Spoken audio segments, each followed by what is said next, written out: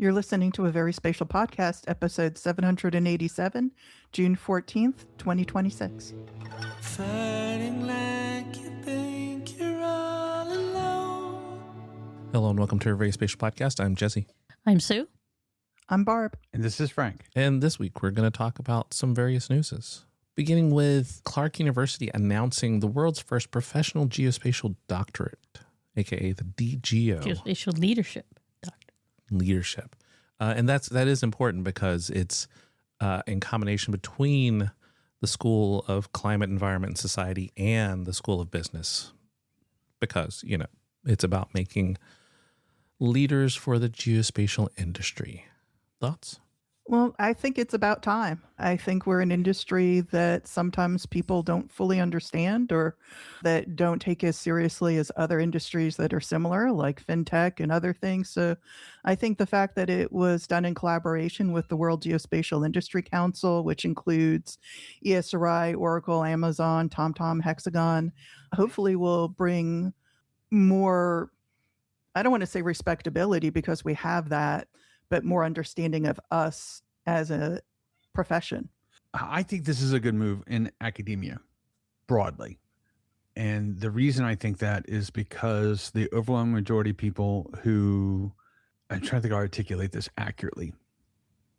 I think the majority of people who get a doctorate degree probably don't go into academia. I think it's going to vary wildly from program to program, obviously. But for example, I know in chemistry, that's very true. I don't know how it is in geography. I would imagine the PhDs in English. It's true across the board. Yeah. Most people do not go into academia. There's not enough jobs in academia for all of the PhDs that are out there. But the way we teach an academic PhD is on the presumption that you will always go into academia. And we just sort of make the normative assumption that the skills that we're teaching translate fine into non-academic context. I think that there's room in academia to retune things a bit to say, well, wait a minute, what if you look at the other way? What if we make it so that the skills that you learn are for a non-academic context and they will retune easily enough if you did go into academia? And I think that's an interesting experiment worth experimenting on. And I can see how a technology-based degree like geospatial technology would be a good candidate. Well, I'm not, but the question is how much of the technology is in this, which in a PhD, you'd have a strong focus on the methods, the approaches. But it seems to me like this is more focused on that MBA portion of the degree from my perspective.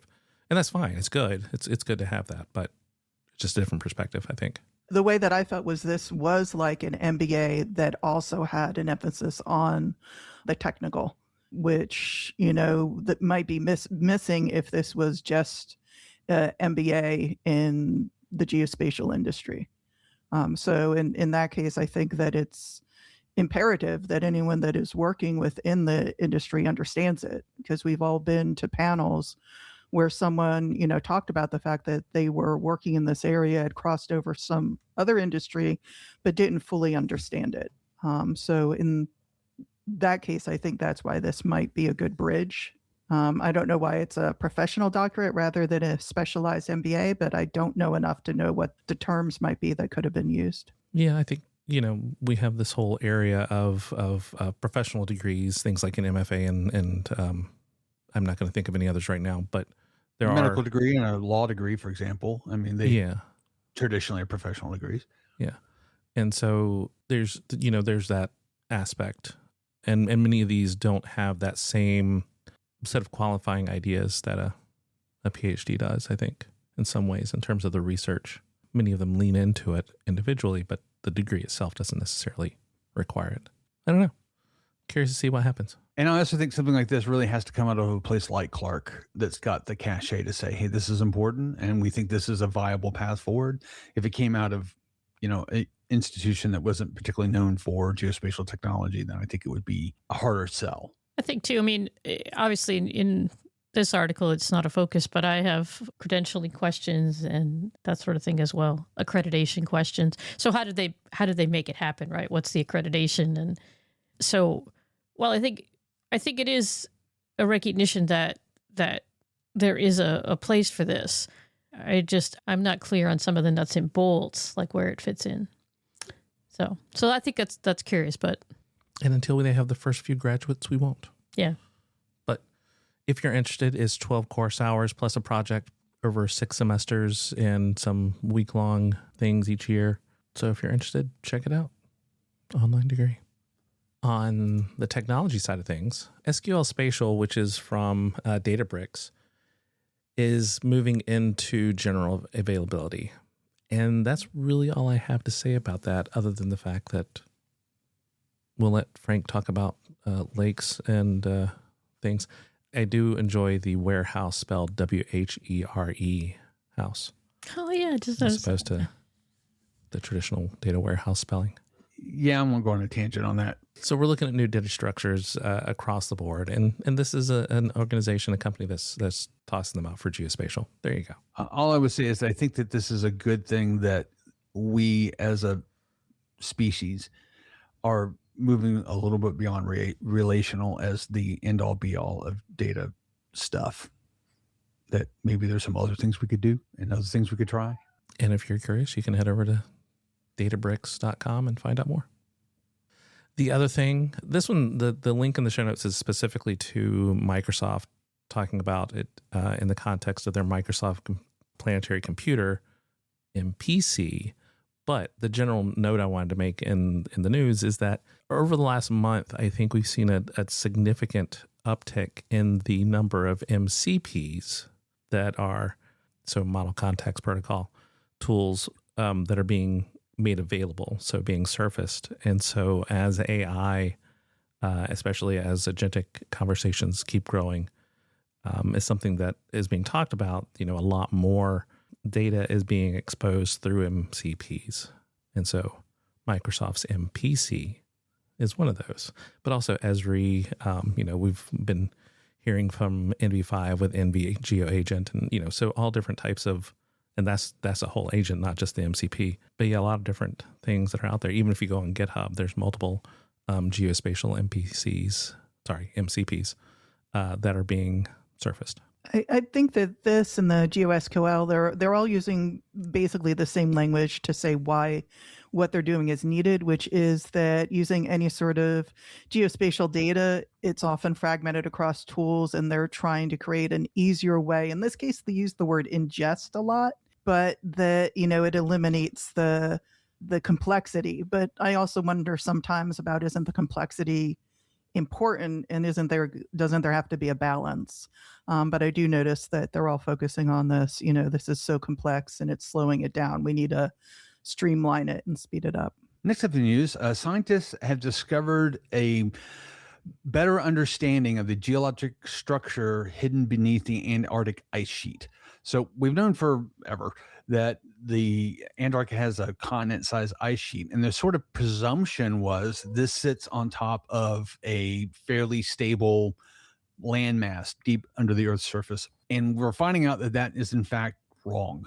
They're using some pretty cool new ways of doing effectively remote sensing, if you will. But what they've sort of figured out is that there are these weird sort of folds that are in the Earth's surface underneath the ice sheet that make that entire ice sheet a little, significantly less stable than originally thought. So, kind of mentally, the way I think about it is a whole bunch of ice built upon a flat pan. Now we got all these sort of undulations and things like that are happening, and that there's a lot of geologic activity that's happening at that level that's kind of helping mess with, I don't want to say break apart, that's going to sound a bit alarmist, but mess with a lot of the Antarctic ice sheet, which is kind of neat that we were able to, do that deep level of sensing to figure that stuff out. Lithospheric weaknesses. Yeah, they come up with whole new terms too for what this is. I'm trying to find the term they used. East Antarctic fan-shaped basin province, which is because the folds kind of look like a hand fan that you would open up, if you can picture one of those. I also think it's kind of cool that we have all these assumptions about how the universe works, the world works, and as even our own planet, we start digging further, no pun intended, and we go, oh wait, it's not quite like that at all. Yeah, this is, a pretty major collaborative work that's in Nature Geoscience. And it has been impressive that it's only fairly recently that we said, we have the tools now to say, here's what's going on underneath, not just above what we can sense. And finally, this week in the news, this is a little concerning, but a little funny to me. We've now got some proof that Russian satellites are jamming GPS signals across Europe and parts of Canada, but only during business hours. That's the part that I find kind of funny, is that what they've done is it appears that the Russians are using their own satellites to weaken the GPS signals that are happening in Europe. And it happened during business hours over about 75 days that they could identify from January 2019 through April 2026. So even fairly recently. I think a lot of times we think of GPS as this just system that anyone can use and it's always there and it's reliable. And we've talked in the past about how that's not always the case. We have to keep new satellites up like any other infrastructure. Things break down, you have to replace them, all that stuff like that. Those of us who have been around long enough remember selective availability being a thing that the government could say, nope, click, you don't have access to the GPS signal at the level that you thought you would. Those are largely absent, I think, or completely absent from modern GPS things, but it doesn't preclude the obviously outside agents doing that to making the signal poor on their own purposes. And I think in this case, the team that was looking into this basically said they believe it to be testing, perhaps for some capabilities. So at this point, it's just it happens with regularity, but their conclusion is so far that they think that it's testing something. Okay. And that's it for the news. In this week's Web Corner, we're going to talk about geocaching, which started out as a hobby and has turned into its own industry, including mega caches, which were developed by Tim Eggleston, who is local to West Virginia, who since the beginning saw the ability to turn this into these huge events and has a YouTube channel where he teaches people to also hold these big caching events. So this might be a side of the geospatial that you don't think about as much, but it's actually turning into its own industry with at least now 10 mega geocaching events going on across the US, Cashmore, and others internationally. So this week, Sue has been looking at Gaussian splats a lot lately. Yes, they've been around for a while. They're a thing that, you can do in everything from Esri's tools to Pix4D to whatever, open source. And for gaming, specifically utilizing them in Unity, she is very excited about what they can do for her and some of the projects that she's working on. Does that get you set up the way you would like it to be? A little bit. It's Okay. very abrupt since most of you probably don't know what Gaussian splats are. Then let's talk about what Gaussian splats are. So yeah, I'm a little bit excited, but already also seeing some challenges. So in the world of 3D, right, there are a lot of struggles that we have in modeling, in trying to figure out how we can create not only the landscape, but the objects on it. And we also have the practical aspect of performance, right? So we got hardware going on, we got software, we got creativity going on. And in researching, once again, a way to try to figure out how to do this better in my own projects, I came across Gaussian splats, which, Dusty said kind of are not necessarily a new thing, but they're pretty new. So a Gaussian splat is essentially a way to take data, extract data from images, whether they're frames taken from a video or a series of still images, and essentially turn them into three-dimensional data, but not in the ways we're used to. So not just a point cloud and not just a mesh surface or something like that, but it essentially creates a three-dimensional sort of shape that's kind of elongated, and it's just millions of those. And so what ends up being the thing that you see, right, is this image that is in 3 dimensions. So it's essentially a 3-dimensional photo. And it's not like it's the first time we've seen any of this, but this particular methodology for doing this has been pretty successful. So it originates out of a paper in 2023. So that it's not that old. at SIGGRAPH. But it's based on the idea of radiance fields. And so here's the important part, right, is that when it first came out, it was pretty niche. And now in the recent interest in this, there have been a series of tools that have come out that make it more approachable. And also more and more people are trying things with it. And so you're able to see kind of the results. And so I think it's also part of a broader attempt to advance things like digital twinning, kind of in the professional space, but also again in the gaming space, right? That photorealism. So that's what it gets you, is photorealistic three-dimensional space that you can walk three-dimensional virtual space that you can walk through. Okay, so we start with photogrammetry. We have lots of pictures, overlapping pictures. We've been using this for decades. Are we to a century yet? I don't think we're quite to a century yet. But, being able to use that overlap to get elevation. We've been using this to create our digital elevation models for a long time, and then using those to update as well. We get to drone data, where we're getting much more detailed information. And so we're going through and creating more dense point clouds from this data. And then we get to about, 7 or 8 years ago, where NERF's neural radiance fields first become available. They're kind of slow, kind of lagging on our current technology at the time, and still even now.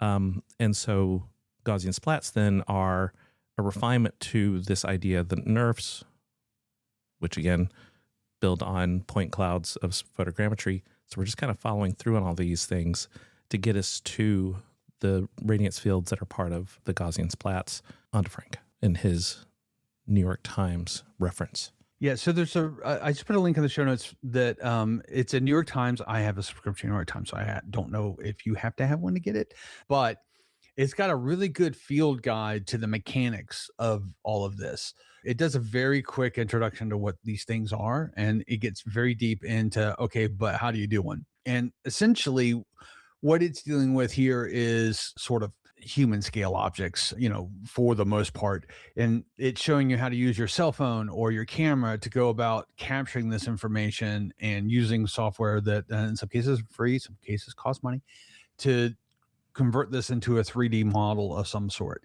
I think it does a pretty good job of explaining to you at the very high level what a Gaussian splat is and why you care. But I think more importantly, I think it shows a really good way for anybody who's got a cell phone to have at it and to start doing things for their purposes. This is exciting to me, not because of the Gaussian splat bit, because to me, I think of that as just magic algorithm. It's just the thing does a thing that makes the stuff better. So the magic algorithm allows us to produce a lot of 3D models and get that out there. And those are geolocated or geo-assigned, or at least they can be, because your camera, especially if you're using a cell phone, can put that attribute in there. That to me is incredibly exciting to think about once this eventually starts getting out there on the here's a bunch of models, just go download them space. And so whether you're talking about something like Scaniverse or Epic Games Reality Capture, which is now Reality Scan, these are tools that people have been using to, one, play games, because the Scaniverse from Niantic is essentially the same technology that is in Pokemon Go whenever you're going and scanning a particular location, Pokestop, in the real world. That's what they were doing. They were capturing that geospatial data in terms of images for them to create all kinds of data. And in fact, I think last time we had a news article between Niantic and someone else about using some of their data that's being captured this way. So yeah, it's something that's out there and a lot of people are using, just aren't aware that they're using it. And in fact, the other thing that I think probably Barb put into the show notes was another thing that was a highlight this week. Yeah, that was that Apple Maps has announced its own Gaussian splatting. But the interesting thing is, one, that Dig provides a sentiment of how users are feeling about it. And mainly it's, wow, they did this before Google. But also generally, okay, this is really cool, but what can we do with it? Is it overhyped, or how do we use it on our devices? So I think a lot of people feel like Sue does, which is, this is so awesome, but now, okay, what are we going to do? Well, I think that is a valid question, which is why I wanted to talk about it. And I'm reminded too, so this is years ago now, but how excited I got when photosynth came out, right? So photosynth is a variation, an evolution in this chain, right? So again, trying to geolocate, or not geolocate, but relatively locate photos in a series, right? Tie them into each other and create a point cloud, which the point cloud at the time was just what they used. The important part to them was the photos, but really some of those types of things have led into kind of how we do this. And then there is the question, right, is how can you use these? Because a lot of the tools create visual models, but they don't behave in the way that the models that are created with mesh and other sort of discrete objects, right? They don't behave the way they do. Because at the end of the day, these are still a series of points that have been essentially turned into these 3D blobs for the visual purposes, so they are not related to each other in their display, right? They are just, it's like a very close together cloud that you're seeing. And so there's a lot that has to go on, which is why there's so many guides on how to do this. There's a lot that has to go on, first of all, for the visual to look really good and to be useful for that. And if you want to do any more, though, and in the gaming world or in worlds where we're doing immersive types of explorations, right? So you have a character walking on the ground or something like that. These don't work on their own. You have to create collisions in order to keep your character walking, or if you're going to interact with the space around it, you have to have interactable objects. So there's some trade-offs. And some of the tools like Kiri Engine are addressing some of that by generating mesh to go with it. So if you're not familiar, that's the actual full surface that is in a format that the programs that work in these areas like Unreal or Unity or things like that can recognize it as a mesh, and then you can apply characteristics to it. So there are some limitations there depending on what you want to do with it.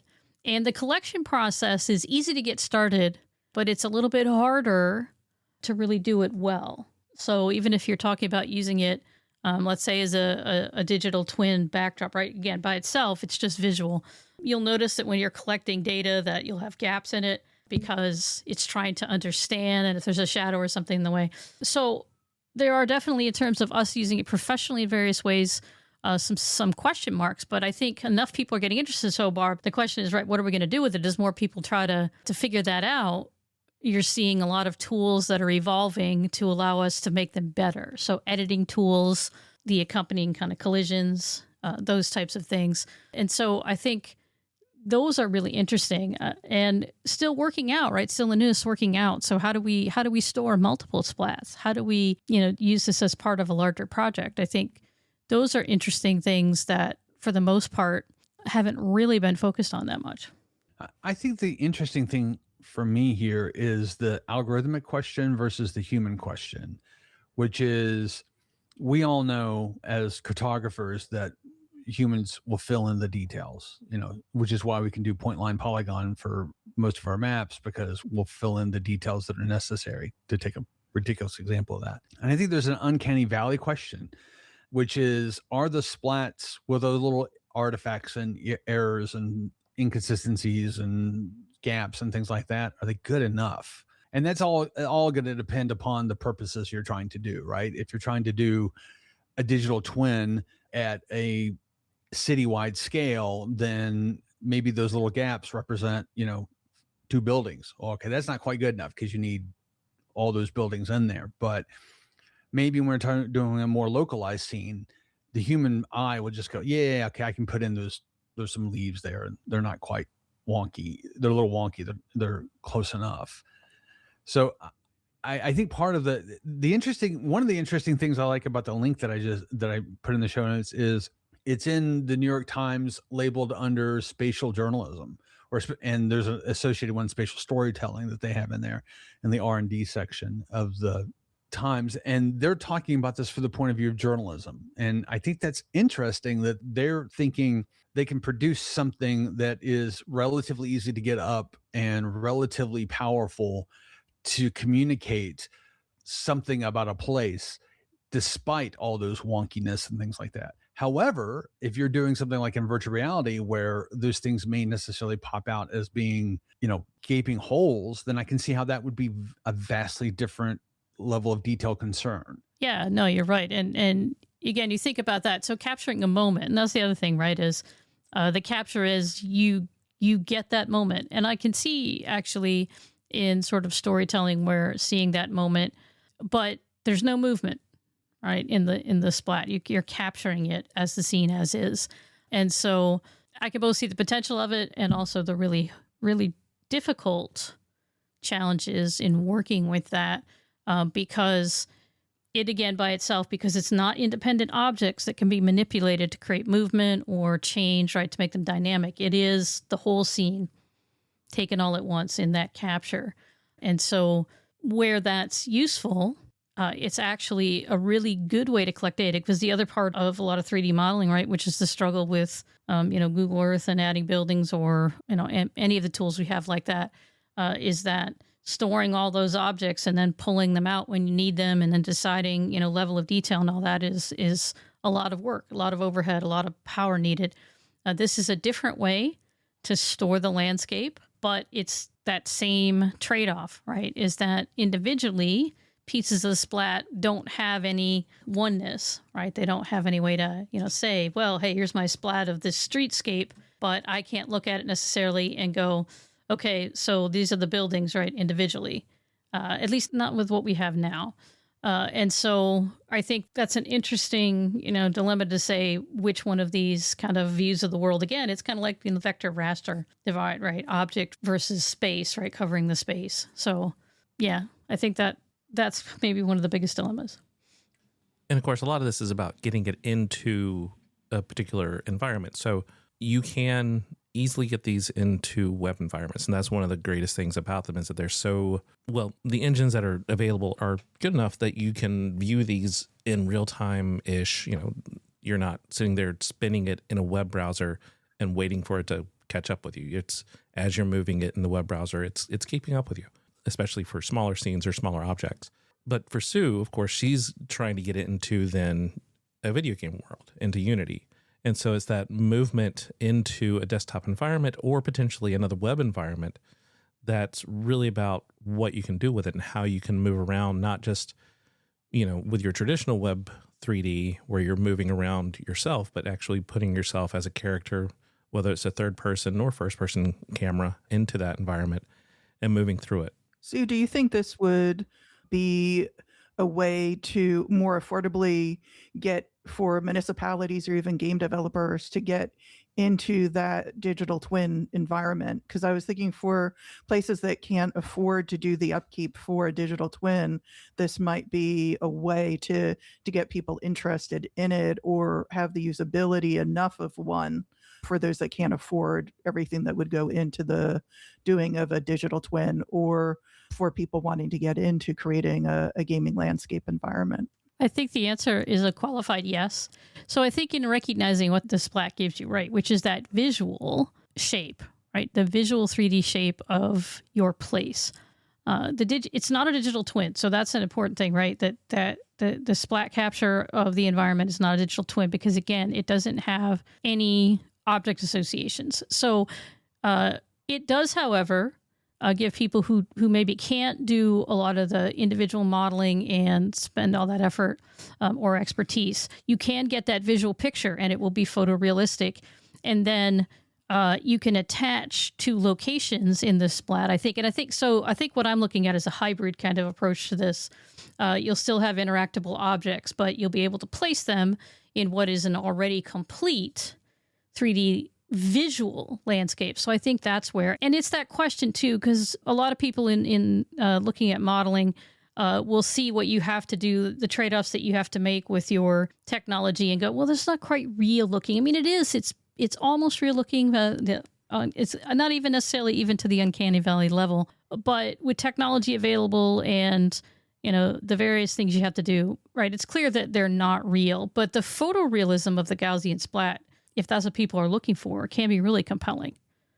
So I think, in answer to your question, Barb, I would again say qualified yes, in that to get the visual up and running, and that's sometimes all people really want to see is they want to see the visual.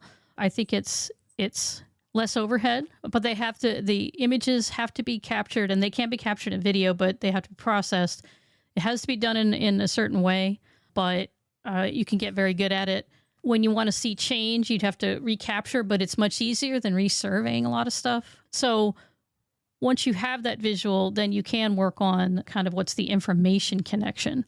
So the geographic information connection, which I think can be done with data layers that live with the Gaussian splat and kind of handle that. So that's sort of how I'm seeing it now and kind of experimenting with. In terms of capture methods too, I will say also people are experimenting with 360 video. So some of this, when you're capturing on the ground, right? So a lot of this is on the sort of challenges on the ground capture, is you kind of have to walk a space, walk back to try to get those angles so the splat doesn't have huge gaps in it. You can do it with 360 video, but there are actually going to be sets of tools and a whole workflow that you're going to need to do to extract the frames out of the video. And because of its shape in 360, that has to be manipulated. So even as we speak, right, from the initial paper in 2023, I think CGraph happens in the fall, right? So since that, there's just been a lot of progression of tools to break down the workflow process, but it still is a little complicated for some things. And I think ultimately, I think the excitement is warranted. But I think it's, again, like as we've seen with many tools in geospatial, right, is that everybody got excited about the tool, and now we have to figure out what it can really do for us and how would we use it, kind of thing, beyond the wow factor, right? So that's why I got excited, is I'm like, I can envision in how this can fit into a modified workflow for me and solve some problems I was having largely with the volume of modeling I would have to do. Because for those pieces, I just needed the visual at this point in time. So anyway, so that's the part that excited me. On to the Events Corner. As always, we encourage you to check out these events and others around the world. The 2026 IEEE International Geoscience and Remote Sensing Symposium will be August 9th through the 14th in Washington, D.C. Applied Geoinformatics for Society and Environment, AGSE, is taking place September 21st through 25th in Kumasi, Ghana. The Harvard Center for Geographic Analysis 20th Anniversary Conference is taking place October 2nd and 3rd in Boston. Of course, you'd like us to add your event to the podcast. Send us an email to podcast@veryspatial.com. If you'd like to reach us individually, I can be reached at sue@veryspatial.com. I can be reached at barb@veryspatial.com. You can reach me at frank@veryspatial.com. I'm available at Kinda Spatial. And of course, if you'd like to find any of our contact information, head over to veryspatial.com/contact. As always, We're the folks from Very Spatial. Thanks for listening. And we'll see you in a couple weeks. Turn around, there's still time to fight for everything you've known, for every dream you've carried. Don't let go, walk away this time. Darling, you're so close to see the world you dreamed of. 'Cause it's always darkest right before the dawn, and you're fighting like you think you're all alone. But when you see the sun, you'll realize it'll get better. We're in this together. Darkest days, you were there for me. When my life was feeling lonely and my heart was left on empty. Yeah, 'cause it's always darkest right before the dawn, and you're fighting like you think you're all alone. But when you see the sun, you'll realize it'll get better.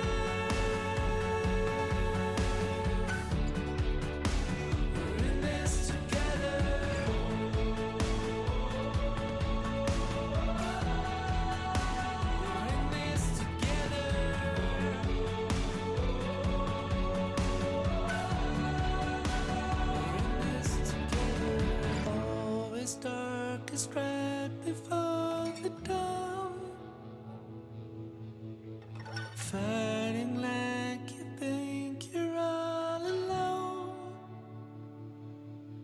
When you see the sun come up